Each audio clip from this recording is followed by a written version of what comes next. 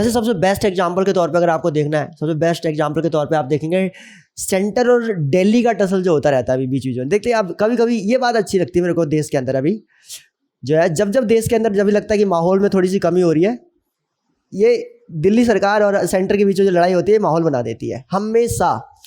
जब से मतलब मुझे लगता है कि बीजेपी के आगे अगर सबसे बड़ा अगर कोई चैलेंज है तो ये तो रियलिटी है कि आम आदमी पार्टी हो चुका है। मतलब आप देखेंगे कि बीजेपी और इसमें मज़ा भी आता है देश के लोगों को, जब जब इनके बीच में टसल होती है उनको देख के बड़ा मज़ा आता है कि ओहो मज़ा आ रहा है, फिर से आ गया नया केस आ गया क्या, आने दो तो तो बीजेपी और आम आदमी पार्टी के बीच में जो टसल होता है तो इसको देख के बड़ा मज़ा आता है लोगों को। जो मैंने आपको बताया ना बेस्ट एग्जांपल यहाँ सेट हो जाएगा आपका सेंटर और आपका ये दिल्ली गवर्नमेंट के बीच में।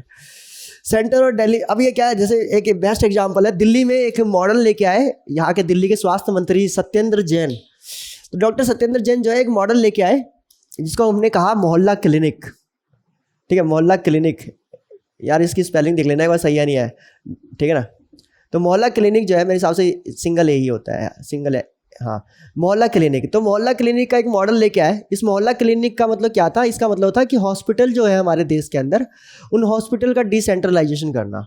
डिसेंट्रलाइजेशन का मतलब करना क्या कि मतलब हम जो है ये, हालांकि ऐसा नहीं है कि ये व्यवस्था पहले नहीं थी देश के अंदर, पहले भी थी, डिस्पेंसरी था, लेकिन ये कुछ थोड़ा सा सोफिस्टिकेटेड और थोड़ा सा मॉडर्न तरीके से जो है हॉस्पिटल्स को जो है ग्राउंड लेवल पे, ग्रास रूट लेवल पे जो है लोगों तक पहुंचाना, जिससे कि बड़े बड़े हॉस्पिटलों में जाने के लिए लोगों को जो है बड़ी बड़ी कतारें ना लगानी पड़े। ये मॉडल इंट्रोड्यूस किया गया दिल्ली के अंदर और बहुत बहुत लाजवाब मॉडल है। ठीक है, मैं पर्सनली खुद क्या कहते हैं यहाँ पे कई बार जा चुका हूँ।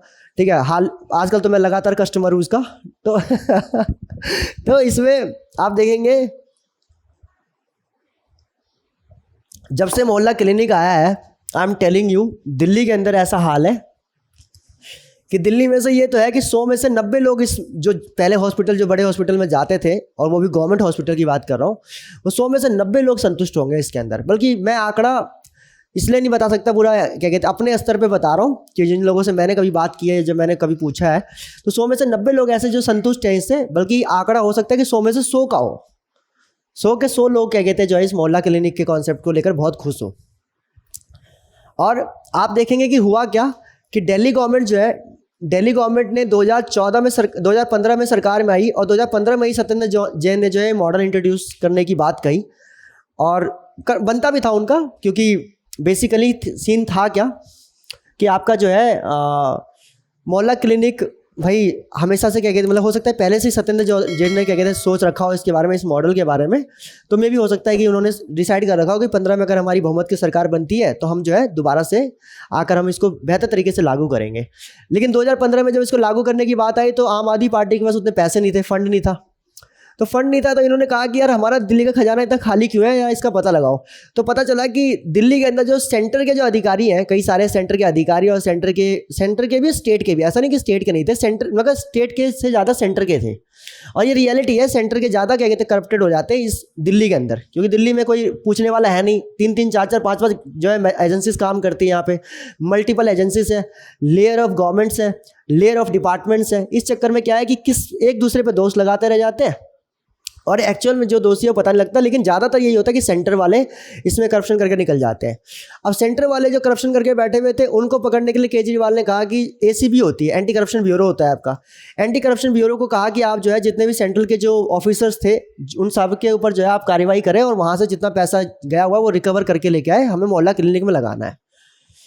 पहली बात तो एक तो यहाँ पर हुआ, जैसे ही एसीबी ने सेंटर के अधिकारियों के ऊपर जो है जांच पड़ताल करनी शुरू कर दी कि सेंटर का फरमान आ गया कि एक यूनियन टेरिटरी, और वो भी मतलब कि राज्य भी नहीं, यूनियन टेरिटरी जो है वो एसीबी को कैसे कह सकता है कि भाई आपका जो है सेंटर के अधिकारियों पे आप जो है जांच पड़ताल करें। एक स्टेट सेंटर के अधिकारियों के ऊपर कैसे जांच पड़ताल करवा सकता है। इसके ऊपर केस खिंच गया, 2015 में केस गया और 2015 से चलते चलते 2018 लोग गए इस केस को कंप्लीट होते हुए।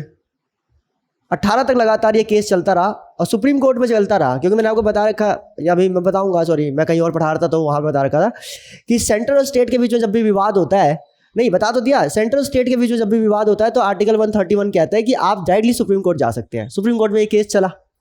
दूसरी साइड केस क्या था, दूसरी साइड क्या किया, इन्होंने 2015 के अंदर ही जो है मोहल्ला क्लिनिक का जो है बिल ले आए विधानसभा के अंदर, और इन्होंने कहा कि हम जो है मोहल्ला क्लिनिक इंट्रोड्यूस करने वाले हैं। मोहल्ला क्लिनिक का ये बिल ही पास नहीं किया आपका जो है माननीय गवर्नर साहब। पहले जो गवर्नर हुआ करते थे दिल्ली के अंदर, उनका नाम था नजीब जंग। तो नजीब जंग से इनकी बड़ी जंग हुई, लेकिन नजीब जंग साहब ने फिर भी जो है कानून पास नहीं किया। ठीक है, नजीब जंग। उसके बाद नजीब जंग के बाद जो है आपका देखेंगे आपका अरविंद क्या कहते हैं अनिल बेजाल आए। अनिल बेजाल साहब आए। अनिल बेजाल साहब जो है इन्होंने भी जो है मतलब कि जो कहते हैं कि आप एक कोऑपरेटिव तरीके से नहीं चलाया, मतलब कि चले दिल्ली सरकार के साथ। विनय कुमार सक्सेना, अभी विनय कुमार सक्सेना जब से आया है तब से तो और बवाल चल रहा है। हालांकि मैं इसके बारे में आपको वहाँ बताऊंगा दिल्ली जब मैं यूनियन टेरिटरीज के बारे में बात करूंगा, लेकिन थोड़ा सा मैं आपको यहाँ पे आइडिया लगवा दूँ। 2015 में पास हुआ कानून मोहल्ला क्लिनिक का, इसको पास करवाते जो है 2018 लग गए। और ये एसीबी वाला कानून जो है इसको भी 2015 से लेकर 18 लग गए। एसीबी वाले कानून में भी कुछ नहीं निकला।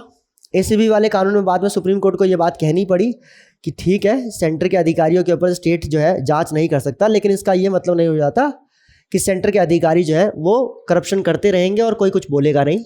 फटाफट प्रेसिडेंट या मतलब कि जो है पार्लियामेंट या सेंट्रल गवर्नमेंट जो है वो क्या करे, एक कमीशन बनाए, एक कमेटी बनाए और वो क्या करे, इंक्वायरी करे, इन्वेस्टिगेट करे कि भाई वाकई में अगर कोई मिसमैनेजमेंट ऑफ फाइनेंस है तो वो क्या है और वो पैसा निकाला जाए। दूसरी बात क्या हुआ, दूसरी बात यहाँ पे एलजी को भी फटकार लगी बाद में कि भाई एलजी का काम जो है वो आपका जो है मतलब कि सरकार के कामों को रोकना नहीं है बल्कि उसको कॉपरेट करना होता है। आप फैसिलिटेशन के लिए बैठे हुए हैं, आपको फैसिलिटेट करना है स्टेट के साथ कि स्टेट आपके साथ आपकी मदद से और अच्छी तरीके से जो है राज्य को चला सके। आप जो है सीएम से लड़ने के लिए नहीं बैठे वहाँ पर, ठीक है। और ये सब बातें जो है बाकायदा कही गई। उसके बाद दूसरी चीज़ क्या हुई, जब मोहल्ला क्लिनिक का बिल पास हो गया तो मोहल्ला क्लिनिक के लिए जो लैंड चाहिए था, अब वो दिक्कत यही है, लैंड भी क्या कहते हैं जो है लैंड केजरीवाल के हाथ में है ही नहीं। मुख्यमंत्री अरविंद केजरीवाल के हाथ में जो है आपका लैंड का मैटर नहीं है, वो सेंटर के पास है। अब इसके लिए डीडीए के चक्कर लगाओ। यहाँ पे लैंड को संभालने के लिए दिल्ली में एक अलग से जो है बॉडी बनाई गई है जिसका नाम है दिल्ली डेवलपमेंट अथॉरिटी, इसका नाम है डीडीए। और डीडीए सारी की सारी ज़मीनें जो है अपने पास रखता है। अब डीडीए ज़मीन देने के लिए तैयार नहीं मोहल्ला क्लिनिक के लिए, ये एक अलग विवाद हो गया। अब ऐसे में फिर क्या करें, फिर इसमें एक नई, फिर बाद में जब टाइम बहुत कम बच गया क्योंकि 2015 में इलेक्शन हुआ था और 2020 में दोबारा इलेक्शन होना था और 2 साल कुल बचे हुए थे, 2018 हो चुका था। अब इनको कुछ समझ में नहीं आया कि करे तो करे क्या यार। तो इन्होंने क्या किया, जो आपके आप देखेंगे कि बड़े बड़े, अरे यार क्या होता है यार, वो जो जहाज जो बंदरगाहों के पास होता है, जो बड़े बड़े वो जो कंटेनर होते हैं, तो बड़े बड़े कंटेनर्स जो है उन कंटेनर्स का अरेंजमेंट करवाया।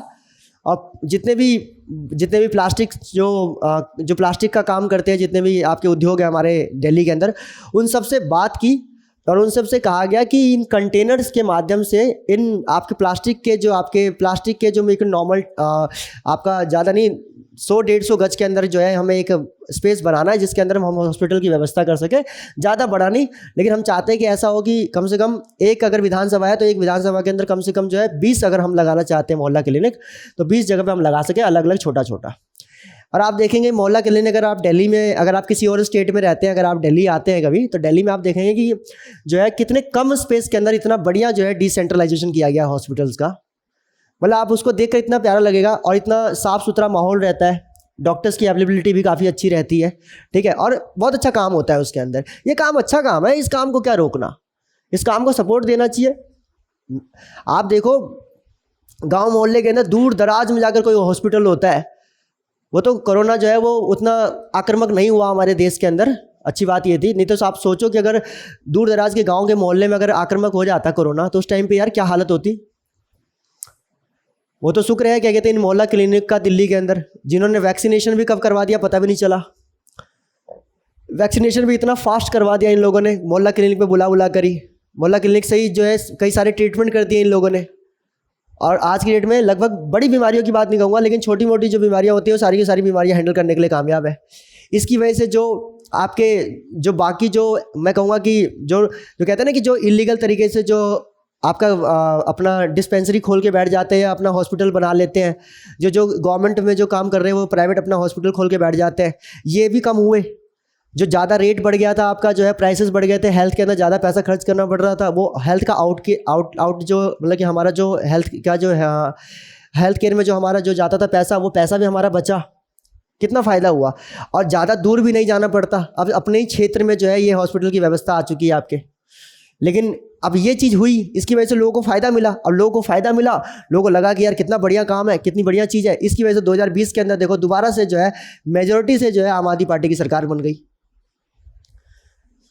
सेंटर का नुकसान हो गया, बीजेपी का नुकसान हो गया कि दिल्ली में सरकार चली गई यार, पहले भी नहीं थी, अब भी नहीं रही, उनका तो नुकसान हो गया। तो इसीलिए जो है वो ज़्यादातर क्या करते हैं, पॉलिसीज़ को रोकना, लगातार जो है अगर कोई पॉलिसी अच्छी है तो उसको अटका देना लंबे समय तक। अभी राशन वाले पे विवाद चल रहा है, बाद में अभी हाल ही में नया क्या कहते हैं आपका जो है union territory, Delhi union territory के ऊपर जो है नया एक्ट आया है 2020 के अंदर, मैं आपको यूटीज़ के अंदर उसमें डिटेल में बात करूँगा। तो इस तरह से क्या होता है कि जो गवर्नर का काम था फैसिलिटेट करने का स्टेट को, वो फैसिलिटेट की जगह पे क्या कर रहा है, सेंटर के एजेंट के रूप में काम कर रहा है। ऐसे आरोप जो है वो अक्सर जो है गवर्नर के ऊपर लगते रहते हैं। और आपका जो है ऐसा नहीं है कि मतलब ये जो है बीजेपी ही कर रही है, ये बीजेपी के टाइम पे ही ऐसा हो रहा है, बीजेपी के समय में भी बहुत हुआ है। गुजरात की 2011 से 12 के समय में मेरे हिसाब से जहाँ तक आइडिया है, कमला बेनीवाल जो है वहाँ की गवर्नर हुआ करती थी। कमला बेनीवाल जब हुआ करती थी गुजरात की गवर्नर, उस टाइम पे ऐसा हाल कर दिया था मोदी जी का एक कानून पास नहीं होने देती थी। मोदी जी ने पुलिस में रिफॉर्म करने के लिए लॉ लेके आए, आपका गुजरात के जो चीफ मिनिस्टर थे, तो वो कानून पास नहीं होने दिया। इन्होंने ऐसा हाल कर दिया था कि मोदी जी के ऐसे हाथ बांध दिए थे, उसी टाइम उनको पता चल गया था कि Modi is going to launch on the centre front. तो पता था कि भाई मोदी आगे चल के बड़ा खेलने वाला है। तो इतना मतलब इतनी रोक टोक लगाई थी कमला बेनीवाल के ऊपर इन्होंने, आई मीन कमला बेनीवाल के थ्रू, क्योंकि कमला बेनीवाल जो है गवर्नर हुआ करती है उस टाइम पे। और कमला बेनीवाल ने एक फाइल जो है पास नहीं होने दी, पास हुई तो उसे मतलब कि पास इन द सेंस कि वो अगर बिल पास होने लायक भी था तो उसे इतना अटका दिया कि काम ही नहीं होने दिया। कितनी बार किया, इनके साथ हुआ, और भी जगह पे होते हैं, ऐसा नहीं है। यहाँ पे आप देखो अभी जो है भगत सिंह आपका जो है कोरियारी समथिंग नाम है, मैं नाम पता नहीं क्या मिस हो रहा है, कोसियारी, भगत कोसियारी जो है आपके महाराष्ट्र के जो गवर्नर है, उनके ऊपर आरोप लगता है कि भाई आपने ना कांग्रेस को बुलाया, ना शिवसेना को बुलाया, ना आपने एनसीपी को बुलाया। जब अभी 2019 में या 20 में चुनाव हुआ था, आपने सीधा जो है किसको इनवाइट कर दिया, आपने जो है बीजेपी को इनवाइट कर दिया, और प्लस जो है वो अजित पवार को इनवाइट कर दिया शपथ ग्रहण के लिए सुबह सुबह 6:30 बजे। तो ये आरोप लगे, अक्सर आरोप लगते रहते हैं उनके ऊपर कि वो सेंटर के एजेंट के रूप में काम करते रहते हैं। ऐसे बहुत काफ़ी सारे गवर्नर के ऊपर आरोप लगते हैं और हमेशा लगे हैं, ऐसा नहीं है कि एक जगह पे, एक ही क्या कहते हैं सरकार के अंदर, बीजेपी की सरकार के अंदर। दरअसल क्या है ना कि ज़्यादातर लोग जो पॉलिटिक्स में अभी एक्टिव हुए हैं ना, वो पिछले 8-10 साल में कुछ ज़्यादा एक्टिव हो गए हैं। ये रियलिटी है, ये रियलिटी भी है, क्योंकि डिजिटलाइजेशन भी काफ़ी ज़्यादा जो है बूम कर गया इसी समय में। तो सबको हो सकता है यही लगे कि यार बीजेपी के समय में ऐसा हुआ है, नहीं नहीं, ऐसा हर जगह हर टाइम पे हुआ। ठीक है, तो मैं चाहूँगा कि जितने भी मेरे भक्त लोग हैं कृपया नाराज ना हो, उनको ये ना लगे कि मैं बीजेपी की खिंचाई कर रहा हूँ यहाँ पे, ना ना ना, ऐसा कुछ नहीं। मैं तो देखो जी, जिस दिन मुझ पे करप्शन का आरोप लग गया ना, उसी दिन बीजेपी ज्वाइन कर लूँगा, ठीक है। जिस दिन मेरे पे कोई ऐसा आरोप लगा कि हाँ मैं देश विरोधी बातें कर रहा हूँ, मैं जो है आपका जो है मतलब कि वो राजद्रोह की बातें कर रहा हूँ, उसी दिन मैंने बीजेपी ज्वाइन कर लेना है, काम खत्म। कोई कुछ नहीं कर पाएगा, ठीक है ना। मेरे को सारे फंडे पता है।